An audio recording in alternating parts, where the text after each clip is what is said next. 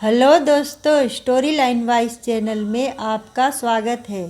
आज की हमारी कहानी है आखिर बहू से इतना बैर क्यों, जो कनार शर्मा जी द्वारा लिखित कहानी है। डॉक्टर परिधि, कुछ दिन बाद मेरे देवर की शादी है और सारा काम मम्मी जी ने संभाल रखा था। अब उनके बिना बड़ी परेशानी आ रही है। आप बताएं, हम उन्हें कब घर ले जा सकते हैं? राधिका ने बड़े गंभीर स्वर में कहा। डॉक्टर परिधि रिपोर्ट को हाथ में लेकर उनका मुआयना करते हुए बोली, हाँ, उनकी हालत में काफ़ी सुधार है, मगर पैर पर चढ़ा प्लास्टर अभी 1 महीने और लगा रहेगा। चल फिर नहीं सकती। अगर उन्हें घर ले जाएंगे तब भी उनका बहुत ख्याल रखना पड़ेगा। मैं तो तुम्हें सजेस्ट करती हूँ, एक नर्स रख लो। शादी वाला घर है, तुम अकेले इतना नहीं संभाल पाओगी। पास में बैठे ससुर विनोद जी बोले, बहू, डॉक्टर मैडम सही कहती हैं जी, जैसा आप बोलेंगी हम वैसा ही करेंगे। और फिर मुझे मेरी बहू पर पूरा विश्वास है। यह तो यूं ही घबरा रही है, इसने तो हम सबको चकित कर डाला है। सब कुछ इतने अच्छे से संभाला है और कहती है कि अपनी सास के बिना कुछ नहीं कर पाएगी। हल्की सी मुस्कान लिए राधिका ने सारी रिपोर्ट संभाली और डिस्चार्ज पेपर बनवाने रिसेप्शन पर चली गई। उधर विनोद जी कमरे में सामान समेटने अपनी पत्नी सविता जी के पास पहुँचे। अजी, डॉक्टर से पूछिए मैं कब चल सकती हूँ? शादी वाला घर है, 100 काम पड़े हैं। मैं अगर बिस्तर में पड़ी रही तो एक काम नहीं होगा। मुझे पता है मेरी बहू के हाथ पाँव नहीं चलते हैं। 4 बार कहो तब जाकर 1 बार हाँ बोलती है। कोई काम ठीक से नहीं कर सकती।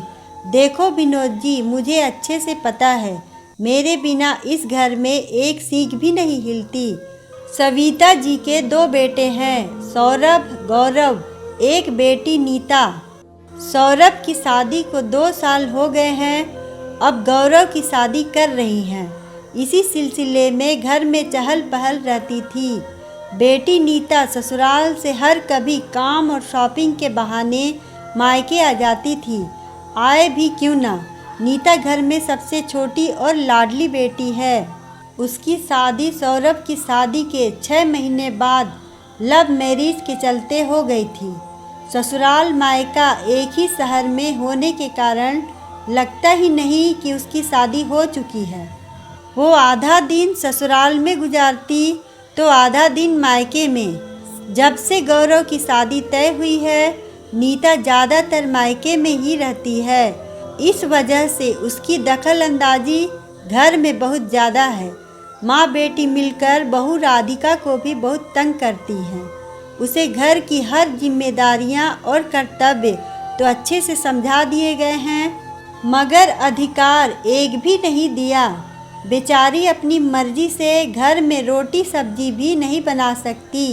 मगर राधिका अपने संस्कारों के चलते न अपनी सास और न अपनी ननद से कोई शिकायत रखती है। वे दोनों जैसा कहती, राधिका उनका हुक्म सर आँखों पर रखकर मानती रहती, ताकि घर में शांति बनी रहे। वरना सौरभ के घर में घुसते ही राधिका की शिकायतों के पुलिंदे खुल जाते थे। इधर सौरभ भी कान के कच्चे थे। माँ और बहन की बातों में आकर हमेशा राधिका को ही डांटते डपटते रहते। एक दिन सविता जी को बाजार जाने की जल्दी थी। नीता का बार बार फोन आ रहा था। जैसे ही बाथरूम से जल्दीबाजी में निकलने की कोशिश में थी, वहीं उनका पैर साबुन पर आ गया और वहीं धड़ाम से गिर पड़ी। बार बार फ़ोन की आवाज़ सुन राधिका उनके कमरे में आई तो देखा बाथरूम में सासू माँ बेहोश पड़ी थी।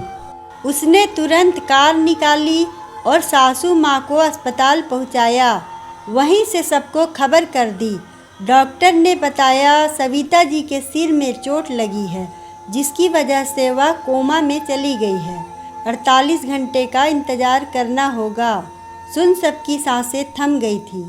शादी वाले घर में अचानक यह क्या हो गया? नीता ने जब सुना कि मामला गंभीर है। साफ साफ अपने पिता को बोला, रात में मैं यहाँ रुक नहीं पाऊँगी, मेरी सास की तबीयत भी ठीक नहीं है। बोल जल्दी ही चली गई। उसके बाद दोबारा अस्पताल नहीं आई। बस कभी भाई को फ़ोन कर कर पूछ लेती कि माँ की तबीयत कैसी है। जब सौरव और गौरव ने पूछा, तुम अस्पताल मम्मी से मिलने क्यों नहीं आ रही हो, तो बोली, अचानक ही रितेश का हैदराबाद टूर बन गया। मैंने सोचा अब मम्मी के पास कोई काम तो है नहीं, तो मैं क्यों न हैदराबाद रह लूँ। सौरभ और गौरव दोनों एक दूसरे से बोले, हद होती है, यहाँ माँ जिंदगी और मौत से लड़ रही है और इसे अपनी पड़ी है। पूरे 5 दिन बाद अचानक सविता जी को होश आ गया, मगर सिर और पैर में चोटें ज़्यादा थी, इसलिए उन्हें कुछ दिन अस्पताल में और रुकना पड़ा।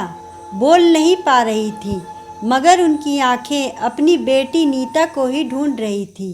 राधिका बहू ने हाथ फेरते हुए पूछा, माँ जी कुछ चाहिए? तो जोर से उसका हाथ झटक दिया।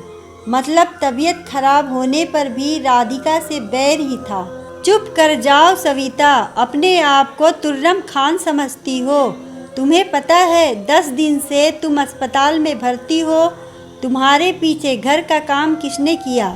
मुझे सब पता है।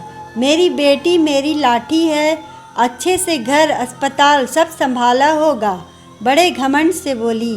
तभी पापा जी आप कमरे से बाहर चलिए, मैं मम्मी का स्पंज करके आती हूँ। उन्हें ज़्यादा बोलने की मनाही है, आप उन्हें परेशान मत कीजिए। राधिका ने अपने ससुर से विनती करते हुए कहा, बेटा मैं तो यहाँ से चला जाऊँगा, मगर मेरी पत्नी को जो अपनी बेटी पर इतना गुरूर है, आज उसको टूट जाने दो, वरना जीवन भर मैं अपने आप को माफ़ नहीं कर पाऊँगा कि किसी की आंखों से लाड़ प्यार का पर्दा नहीं उतार पाया। क्या बकवास करे जा रहे हैं, ज़रा नीता को फ़ोन कीजिए। पूछूं तो शॉपिंग खत्म हुई कि नहीं, फिर घर में हल्दी भी पिसवानी है, मेहंदी वाली को बुक करना है, देने लेने के गिफ्ट लेने हैं, बुलावे की तैयारी और भी न जाने क्या क्या। देखा बहू, इसको कुछ भी बोलो कुछ समझ में नहीं आता। मैं इन्हें क्या कह रहा हूँ और ये क्या सुन रही हैं। पापा जी मैंने आपसे कहा ना, आप थोड़ी देर बाहर जाइए और मम्मी को तैयार कर कर लाती हूँ, फिर हम घर पर पहुँचकर आराम से सारी बातें करेंगे। बहू की बात सुन विनोद जी चुप हो गए। बेटा सौरव बाहर गाड़ी में इंतजार कर रहा था। सभी आराम से घर पहुँच गए।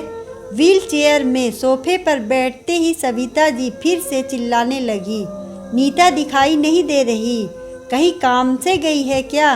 माँ क्या नीता नीता कर रही हो? नीता इस घर में तो क्या अपने ससुराल में भी नहीं है, और ससुराल में छोड़ो शहर में भी नहीं है। बेटे सौरव ने थोड़े गुस्से में कहा। शहर में नहीं है मतलब? मैं कुछ समझी नहीं। तब सबने मिलकर सविता जी को सारी बातों से अवगत कराया। सारी बात सुनकर बोली, आप सब समझते नहीं हैं, जरूर सास की तबीयत खराब होगी और प्रीतेश उसे ज़बरदस्ती अपने साथ लेकर गया होगा, वरना मेरी बेटी मुझे इस हाल में छोड़कर कभी न जाती। विनोद जी अपना सिर पीटते हुए बोले, किसी ने सच ही कहा है, प्यार अंधा होता है, मगर इतना अंधा बहरा होता है मुझे पता नहीं था। तुम्हें पता है तुम्हारी बहू ने तुम्हारी जान बचाई, समय पर अस्पताल पहुंचाया। घर और अस्पताल में हम 3 लोग इतना डर गए थे, इस बच्ची ने इतना हौसला दिया, सब कुछ एक पाँव पर संभाला। रसोई के साथ साथ हल्दी मेहंदी शादी की सारी तैयारियां सुचारू रूप से पूरी की, और तो और सुनार के यहाँ से गहने लाकर सीधे मेरे हाथों में दे दिए।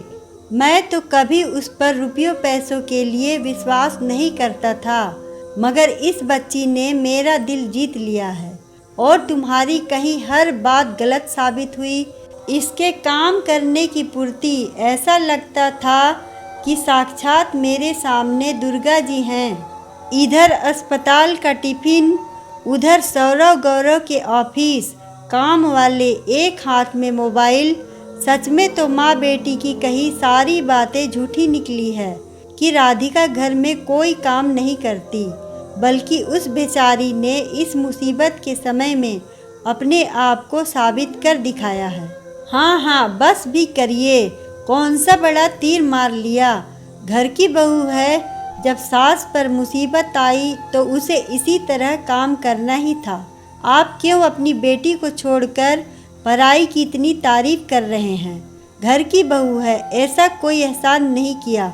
और आप क्या चाहते हैं, अब मैं उसके पैर में गिर पड़ूं? आखिर बहू से इतना बैर क्यों? माना वह पराए घर से आई है, मगर उसने पहले दिन से ही तुमको और तुम्हारे पूरे घर को अपना मान लिया था, इसलिए तुम्हारे लिए इतना कुछ किया।